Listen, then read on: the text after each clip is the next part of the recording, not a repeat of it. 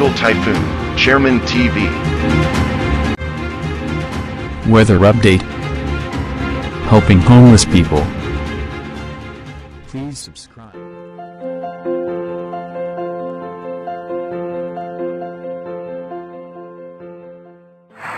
Magandang umaga po. Ito po ang latest update natin para nga po dito sa minomonitor natin na si Bagyong Opel. Si Bagyong Opel nga po ay patuloy nga pong lumalakas. Tinataglay na nga po nito yung lakas na aabot ng 165 km per hour. Malapit po yan sa pinakagitna. At may pagbugso na nga po yan ng aabot na up to 205 km per hour. Ito nga po ay mas bumili sa 30 km per hour. At kung mapapansin niya natin, yung kanyang diametro ay humahataw na po yan o humahambalos na sa eastern section nga po ng Luzon. Kaya by pag-iingat at paghahanda po sa ating mga kababayan dahil mapaminsala nga po si Bagyong Opel.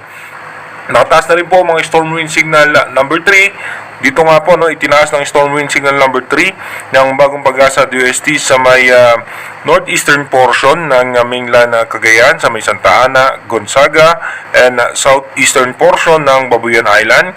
Dito po yan sa Camiguin Island. At storm wind signal number 2 naman po sa may parte naman po ng southern portion ng Batanes, sa Mahataw, sa Yugan, Basco, Ibana, Sabtang, at natitirang bahagi ng Babuyan Islands. At signal number 2 rin po sa natitirang bahagi ng mainland Cagayan. Dito po yan sa may parte ng Maconacon, Divilacan, Palanan, San Pablo, Cabagan, Santa Maria, Santo Tomas, Tumauni, Ilagan City, Apayao, at northeastern portion ng Ilocos Norte sa Carasi, Bintar, Burgos, Adams, Pagudpud, Banggi, Dumalneg, at dito nga po sa storm wind signal number 1 naman, nakataas po sa natitirang bahagi ng Batanes at ng Isabela. Signal number 1 din po sa may Quirino, northern portion ng Nueva Vizcaya, sa Kasibu, Ambagyo, Solano, sa Bayambong, Quezon, Bagbag, Diadi, Villaverde, at dito nga po sa may northern portion po ng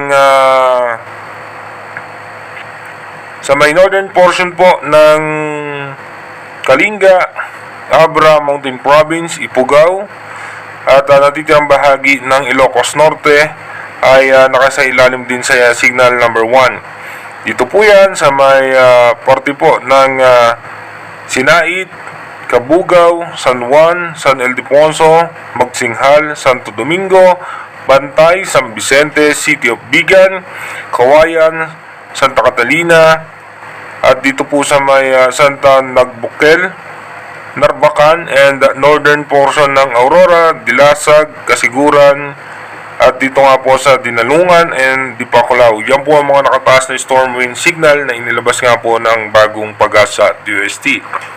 At dito naman po sa ating satellite image, makikita naman natin yung ulan at hangin na dala nga ni Bagyong Opel, at ito nga po ay nararamdaman na sa malaking bahagi nga ng eastern section ng ating bansa. At habang posibleng Bagyong Pipito naman po ay stable pa rin, na posible po yan na didikit dito nga sa may parte ng Catanduanes at papasok sa parte ng Baler Aurora. At ayon nga po sa ating European Center, mataas pa rin po, mataas ang possible landfall scenario ni Bagyong Opel dito nga po sa may parte nga po ng Cagayan Valley, at dediretso po yan sa may Babuyan Island. Kaya pag-iingat po at paghahanda na sa ating mga kababayan dahil ngayong araw nga po ay posibleng magkaroon na ng landfall scenario itong si Bagyong Opel. Dito naman po, asahan natin yung 200 mm pataas na mga pagulan at potential impact nga po, yung may mga malalakas na hangin at posible makaranas tayo ng mga pagguho ng lupa at mga pagbaha. Dito nga po yan sa may parte ng Cagayan, Isabela at Babuyan Island. Heavy to intense rain naman po, asahan natin yan dito nga sa may Apayao at Kalinga. Moderate to heavy rain naman, asahan natin yan sa may Ilocos Norte, Abra, Mountain Province, Ifugao, Nueva Vizcaya, Quirino, and Aurora. Ito naman po yung ating advanced weather forecast. Possible nga po ang magkakaroon nga po yan ng landfall scenario. Dito nga po no, sa may parte ng northern portion ng Cagayan Valley. Dito po yan malapit no, sa vicinity ng Santa Ana, Cagayan, or posibleng bumaba pa ng bahagya. Yan po yung pinaka-latest update ng European Center. Possible nga po ang landfall scenario ay mamayang alas 2 ng hapon, sa pagitan ng alas 2 ng hapon at ng alas 3 ng hapon.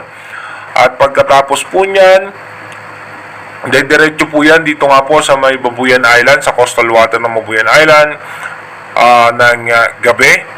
At pagkatapos po niyan ay magre-recurve po yan patungo nga po dito naman sa may Taiwan. Sa ngayon nga po, posibleng maging banta rin po siya sa Taiwan.